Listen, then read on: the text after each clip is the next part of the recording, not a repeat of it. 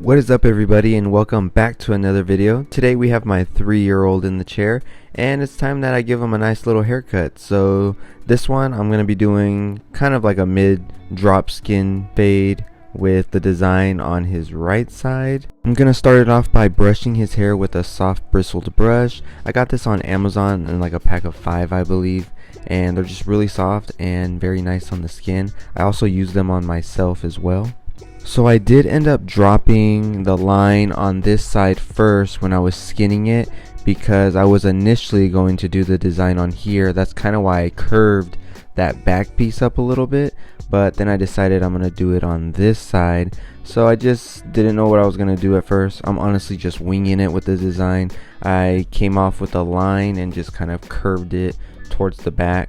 So initially it looked like a knockoff Nike sign.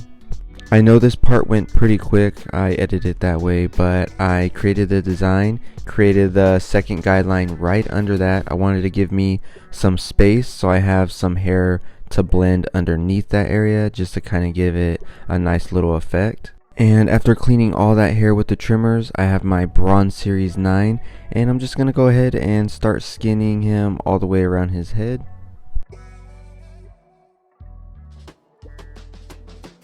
Next, with my wall cordless magic clips, I'm closing that lever about halfway, and I'm going to create that second guideline, just kind of going in the outline of the original shape I did before.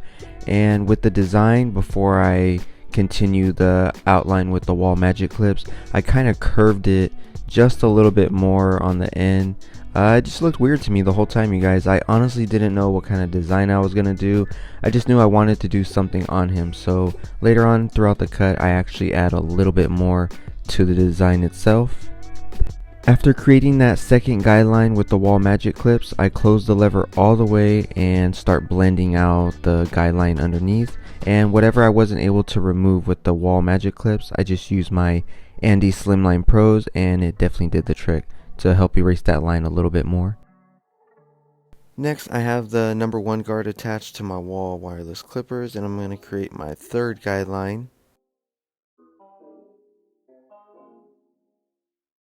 With the 1.5 guard, I'm going to be doing the same exact thing, but blending up right above that number 1 guideline.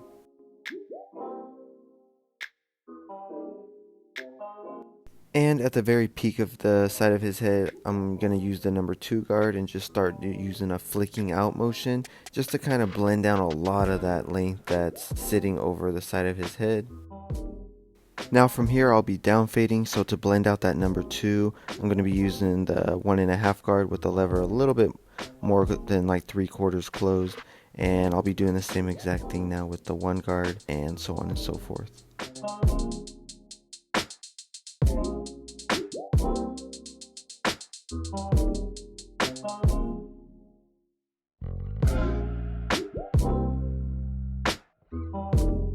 Now the line you see right above this half line that I'm currently blending out, that was the number 2 guideline that I did previously.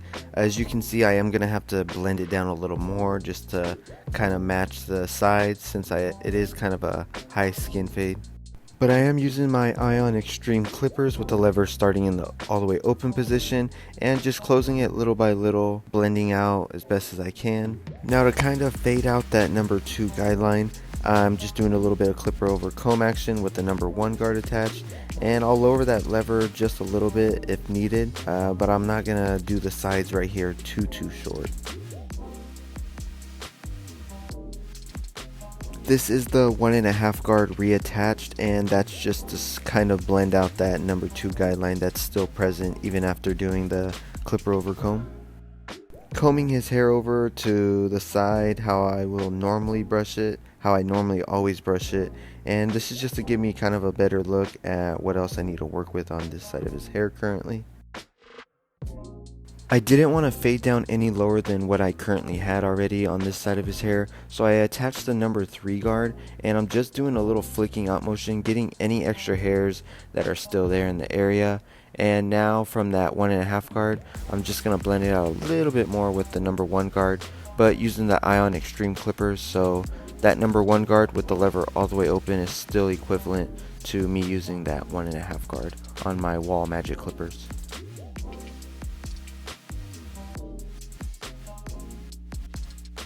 Moving on to the opposite side of his head, this is the side where I'm doing the design, and as you can see, I just didn't know what I was gonna do. I just winged it, and I'm just outlining it now, getting it a little more better, a little more detailed. And this was very tricky, you guys. I'm not sure if this is the right way to do like the curves and stuff, but I mean, I was doing my best and just winging it, like I said. This part was a little sketchy, especially on a 3-year-old, so I had to give my son a sucker just to kind of keep him busy and keep him still. The straight razor is very sharp, and especially when you're trying to outline and do a little bit of detail, it could be a little sketchy, and you definitely don't want to cut the child. So I did my best just to outline it as best as I could, and as you can notice on the front part, he did move a little bit, so it's just a little bit wider on this front area, but I worked with it and did the best that I could. Right under the design, I had a very small area to blend on this side. It wasn't too much, so with the Ion Extreme clippers, I had to close the lever like a notch or two. And I'm just going to begin blending out this line right here on the bottom, just getting it nice and faded in, equal to the skin that's right underneath it. That small little patch I'm doing right there, I'm using the number 1 guard, and this was actually very easy to blend out. It wasn't a lot of work at all. Started with that number 1 guard and used it till the lever was all the way closed. Then I attached my half guard, and now at the very peak I'm grabbing the number 2 guard like I did on the previous side, and I'm just blending out a lot of that bulk, down fading from here with the 1.5, and gonna go from the number 1 guard and so on.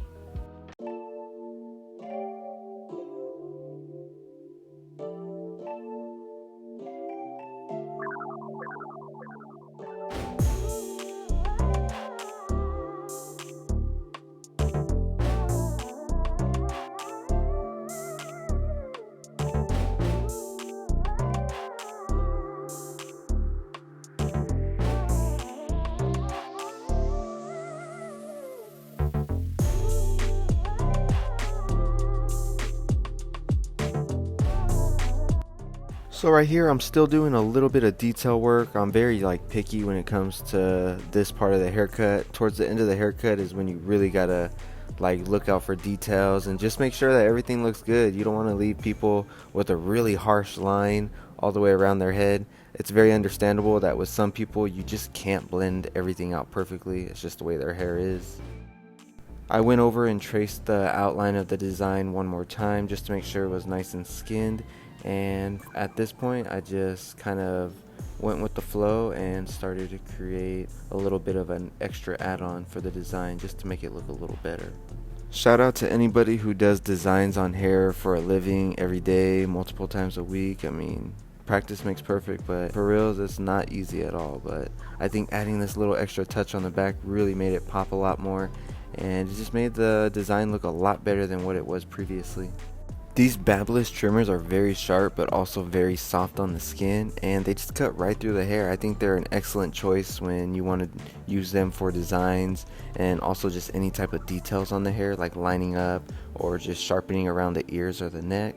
I'm adding a little bit of Tomb 45 shave gel around the whole design area. Try not to get it too much in the hair because shave gel in general it can be messy, especially when you're still trying to fade and blend in the hair with detail work with the clippers. But very carefully I'm pulling up on the skin, stretching it so I can get those hair fibers extended out, and just helps me to get a nice detailed cut on his skin area.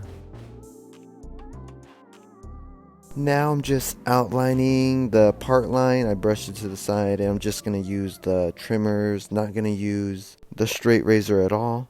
These Babyliss trimmers do a very good job of detailing. Like I always say, they're nice and sharp, so with his hair at least, it's just not necessary to use the straight razor on there. But I am using the straight razor on his little C-cup area and on the sides to line up, remembering to stretch and pull down on that skin so I don't cut him. So next, his bangs are just too long. He wakes up in the morning and his hair looks just like this, how I brushed it most days. And I'm just gonna pretty much line him up, but not push it up all the way to where his normal lineup is. But I am gonna cut quite a bit of that off, as you can see. And I'm gonna brush it to the side, and it looks perfect, you guys. I was very happy with these results. And even now, 3-4 days later after this cut, his hair still looks like this. So I'm definitely proud with that decision. It was just too much in his face. and now it looks a whole lot better. The design did come out pretty good in my opinion. I do like the haircut. The only thing I didn't really care for was just the front part of that design. I'm just nitpicking a little bit. In my opinion, it was a little too wide, and the goal was just to keep it a little thinner, but it's good, you guys. Practice makes perfect. Thank you guys so much for watching. I'm gonna go ahead and attach a couple of pictures that I took afterwards, and as always, I'll see y'all in the next video. Peace.